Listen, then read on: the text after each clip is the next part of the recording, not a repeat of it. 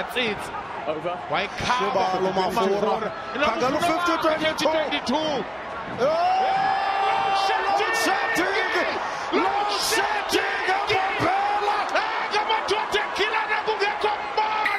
Now, it looks like things might get worse before they get better. Eskom has admitted it is working with the National Energy Regulator of South Africa to prepare schedules beyond Stage 8. Should we be worried? That's the question. Now, to deal more effectively and urgently with the challenges that confront us, I will appoint a Minister of Electricity in the Presidency to assume full responsibility for overseeing all aspects of the electricity crisis response. You better listen.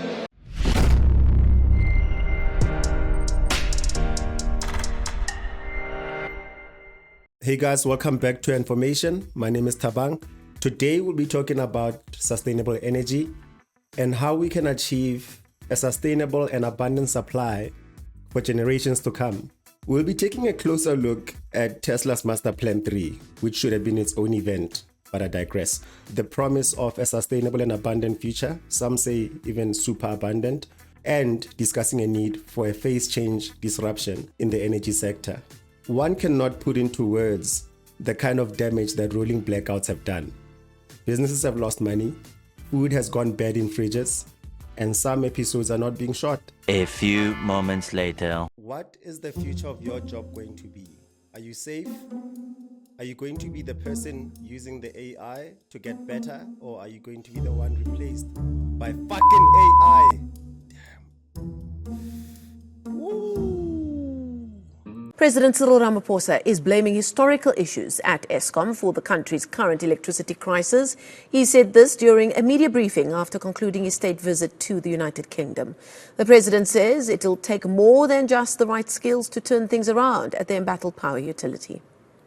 There was a time when the Eskom management wanted to build new power stations and they were told that no. Don't. The power stations will be built by the private sector and you just keep the lights on. And at that time, maintenance was also stopped.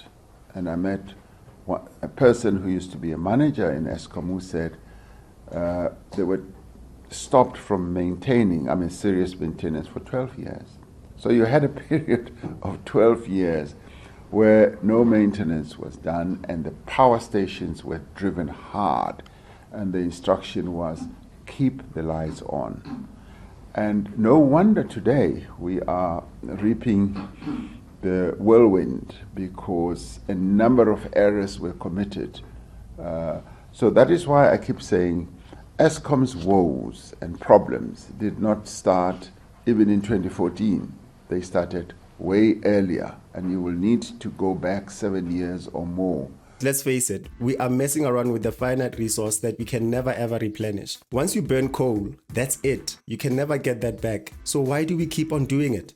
Coal and other fossil fuels have been the backbone of our energy supply for over a century now. But we all know that they come with a cost to our environment and our health. The pollution linked to these sources of energy has been linked to numerous health problems. And we're already seeing the effects of climate change around the world with melting ice caps and wildfires. What's clear to me at least is that we need to move to more renewable sources of energy.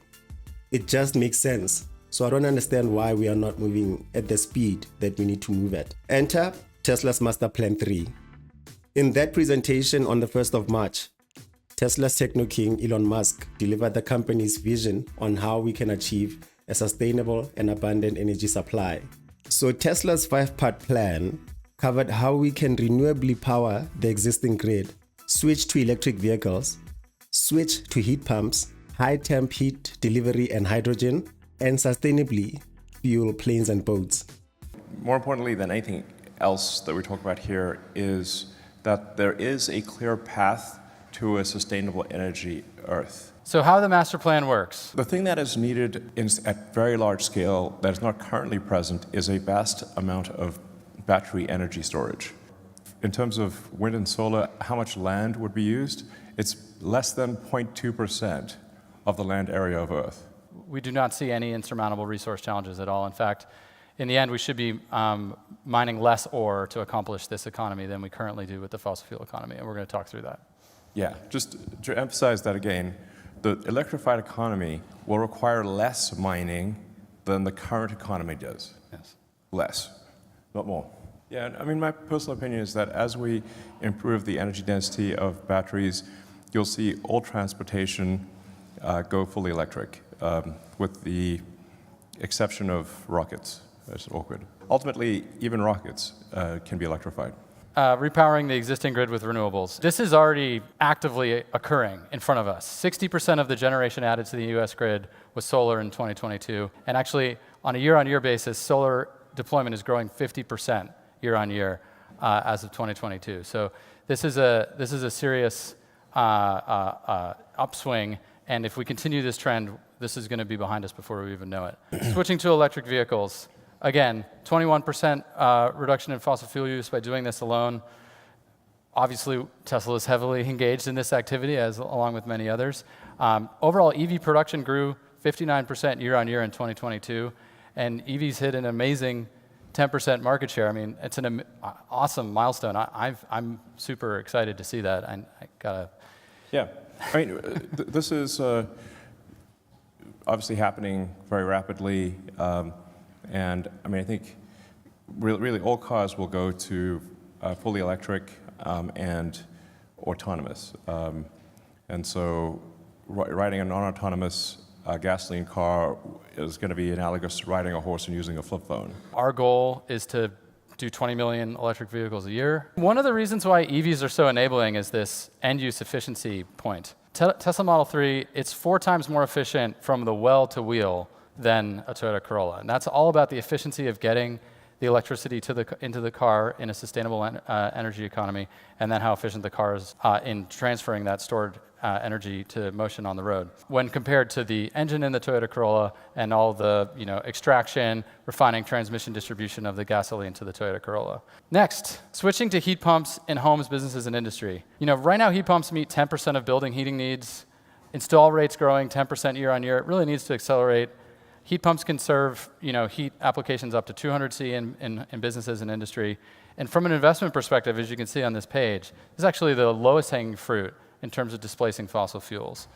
You might be saying, well, what exactly is a heat pump? So heat pumps don't move heat, don't create heat, they move heat. When you think about the natural gas furnace in your house, it is generating heat itself, but what the heat pump is doing is actually moving heat from outside of your house into your house. They're just an air conditioner or a refrigerator in reverse. So we're surrounded by heat pumps. There's they're all over this factory. They're in your house, and all this really is about bringing them to displace all the fossil fuel heating in all of the homes, business, in the industry that we can. And from an end-use efficiency perspective, there's a three times reduction in the total energy required to heat these buildings. So a real obvious thing to do. Yeah, heat pumps. They're in our cars, now as default. And at some point, we might make a heat pump for our home. So. Yeah, maybe. Next, a little bit more detail on electrifying high-temp sort of industrial and chemical processes. If this is a sustainable energy economy, renewable energy is intermittent. Peak of the day, you've got more generation than you need. You make a bunch of heat then, and then you transfer that heat into the industrial process 24 hours a day using the stored heat you created when the sun or the wind was blowing. That's the concept here. And then on the hydrogen side, we also need green hydrogen to decarbonize metals and chemical refining processes. And hydrogen can also directly replace coal, which is currently used in a ton of steel production, through a process called directly reducing iron. You can replace blast furnaces with a hydrogen-reducing direct reduced iron furnace. And this is the way to eliminate fossil fuels from these aspects of the economy and the CO2 associated with them.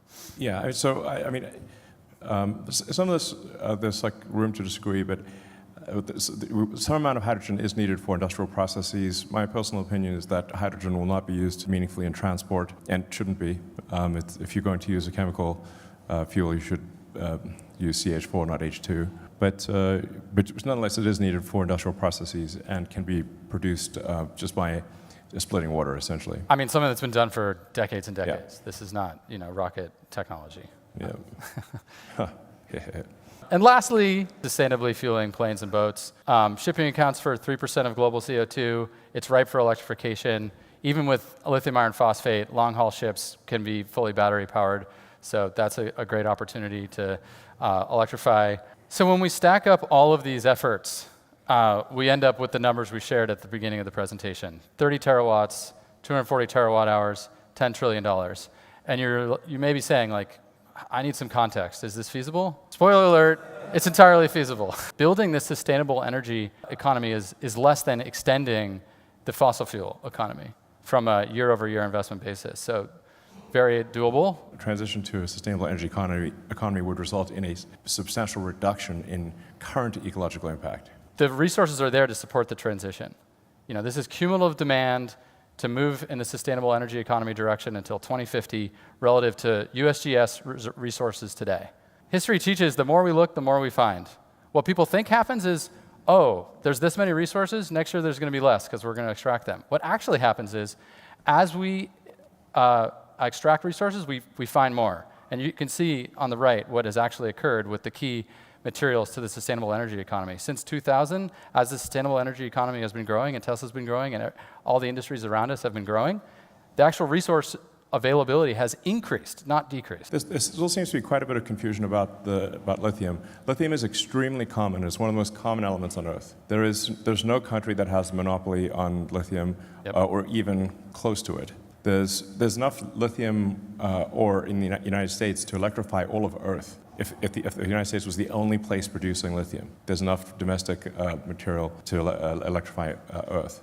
It's very common. The limiting factor is the refining of the lithium into battery-grade lithium hydroxide or lithium carbonate. The vast majority of the heavy lifting for electrification will be iron-based cells. And iron is actually literally the most common element on Earth. Yeah, and ultimately, this resource extraction, we go through this effort, we build these batteries, and then we recycle these batteries. So ultimately, we're doing this to build this sustainable energy economy, but the maintenance amount of ore that we require is really an order of magnitude or more, less, because of recycling.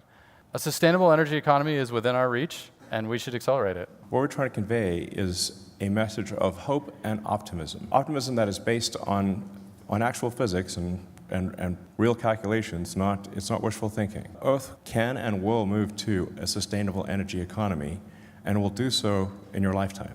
Now, with such a clear plan, why would you opt for something else? Why would you continue polluting? Why would you continue doing the things that are not sustainable? And look, if you still have doubts about a renewable future, you don't even have to look far. Just look at what Australia is doing. Welcome, everyone, to basically the announcement of Tesla Energy. Tesla got into the energy business in 2015, and it's betting it will become increasingly important for the company. In 2020, it surpassed 3 gigawatt hours of energy storage deployments in a single year, largely due to the popularity of megapack, like the one being built in Moss Landing. I think long-term Tesla Energy will be roughly the same size as Tesla Automotive. The energy business collectively is bigger than the automotive business. You can't really talk about energy storage without talking about Tesla, which of course is the leader in EVs and also has a big footprint in the energy storage space. Tesla launched its energy business in 2015 with the announcement of a new battery product. So this is a product we call the Tesla Powerwall. It has all of the integrated safety systems, the thermal controls, the DC to DC converter. It's designed to work very well with solar systems right out of the box. People in a remote village or an island somewhere can take solar panels, combine it with the Tesla Powerwall, and never have to worry about having electricity lines. And for larger scale applications, Tesla developed the Power Pack. What about something that scales to much larger levels? So for that, we have something else. So we have the Power Pack. So the Tesla Power Pack is designed to scale infinitely. So you literally make this into a gigawatt hour class solution. A Tesla Powerwall 2 has an energy capacity of 13.5 kilowatt hours. A Model S has up to a 100 kilowatt hour battery. Power Pack, its smallest utility scale storage solution, has a capacity of up to 232 kilowatt hours per unit. This can be scaled up to include several power packs to meet energy needs. Tesla's first major battery installation near Jamestown, South Australia, had a capacity of 129 megawatt hours. At the time of its completion in December 2017, it was the largest lithium-ion battery storage project in the world. The system charges using renewable energy from the Hornsdale wind farm and helped bring more stability to the grid following a significant blackout. An extreme weather event that happened in September 2016 in South Australia that resulted in the entire state blacking out. The response that the South Australian government took to develop and accelerate the energy plan that they were already working on was really triggered by that.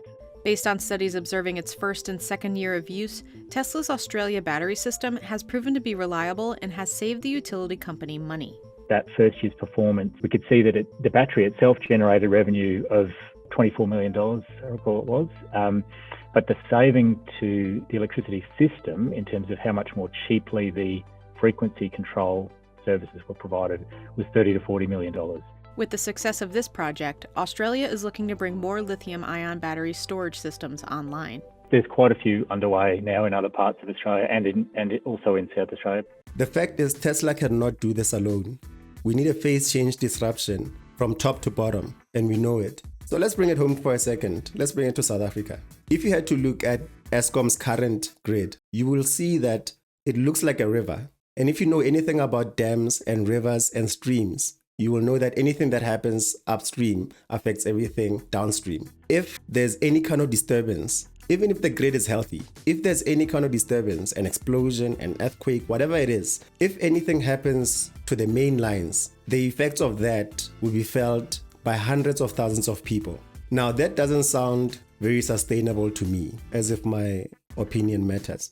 So yes, there are small steps being taken by governments around the world. In South Africa, there's an introduction of REI 4Ps, where the government is trying to alleviate stresses of load shedding. Do I think this is the best way to do it? No, I don't think so. I don't think the supply of energy should be privatized that much. Let me tell you what I think. Whether the introduction of independent power producers into the grid is a good thing, I won't comment on that. Now, from an Eskom perspective, I don't see the reason why Eskom itself is not moving to renewable energy. Right now, with the 80% of the power being generated from coal, an unsustainable, proven unsustainable resource, why doesn't Eskom itself move to renewable energy? Why does it still have 80% of its power generated from coal? How come in 2023, Eskom still has not built factories that make solar panels and factories that make battery cells for power storage? And if I was a politician, to be honest with you, I'd have Elon's number, I'd have Kimball's number, I'd have Mayma's number, I'd have Elon Dad's. No, scratch that. So I'd have these three numbers. What's wrong with this guy? Where are your parents? Kid's sketchy. Back to you guys. Solar is the cheapest form of energy generation on the planet, unsubsidized. Solar today is the cheapest source of energy in history. Nothing else is as cheap as solar today, right? You know, this is why we've seen solar capacity grow by thousands of % in just a decade. And today, solar is so cheap that the total costs of solar are lower than just the operating costs of coal, nukes, oil, or gas generation. That's today. So even if you get that gas power plant for free, the costs of running that power plant are higher than all the cost of solar. And that's happening today. What do you think is going to happen to coal, nuke, oil, and gas? They're disrupted, right? They can't compete. For purely economic reasons, solar is already disrupting everything else. And solar is so cheap that there's a company in Australia building houses with solar panels. Solar panels are so cheap that you can use them instead of structural plywood.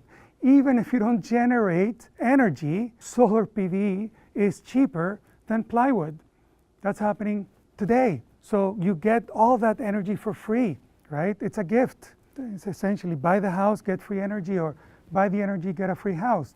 Any way you look at it, things have changed dramatically, and solar is going to continue coming down in costs. We expect another 70% plus over the next 10 years. And wind is going to drop. It dropped by 46, it's going to drop another 43 over the next decade. Battery costs, which went down, by almost 90%, we expect another 80+% over the next 10 years. Drop in costs, right? That convergence of solar, wind, and battery is already happening.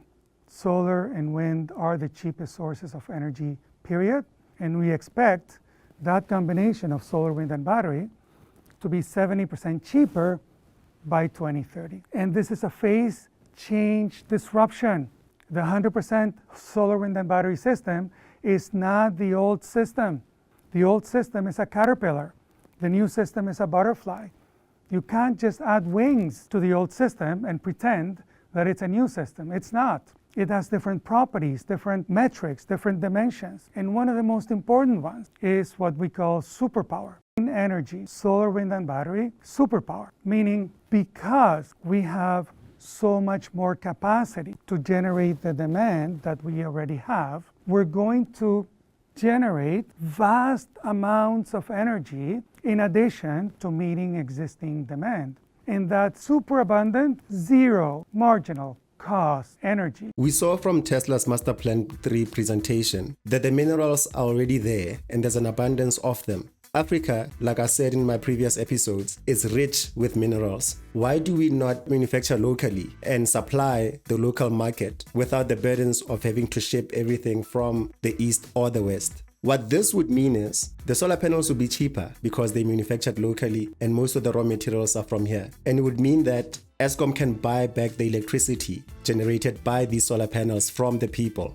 Look at Tesla's Autobidder, where people are already making money from the excess energy that they generate from their solar panels that are stored in the power walls. Tesla has been proving this over years. Their solar business has been growing by at least 65% year on year. So why would we not follow this kind of example? And yes, when it comes to load shedding, we need to fix what's already there. But I think we need to think a step further. How do we then maintain this society for generations to come, like I said earlier? Because it seems to me that the answers are there. I think if we listened even just a little bit, we would achieve a sustainable future. We just need to act fast and act responsibly. Let me know what you think in the comments below. How do you think we should move? Do you think we should continue to privatize Eskom? I, for one, believe in a sustainable future, one with abundant energy, and I much rather prefer that over extraction. Am I crazy? Is it possible? Can we even build solar panels and batteries? I mean, other people are doing it, right? Why aren't we doing it? So let me know what you think in the comments below. Until next time, Ayoba. A few moments later. Well, the Red Berets organized a protest begins tomorrow morning. But what should you at home expect? And what are the police planning to ensure order? We want a good future. On the 20th of March, we have to shut down this country to show the whole world that we are concerned about the state of affairs. We can't fold our arms. First of all, we've said before and time again that Eskom has a whole host of problems.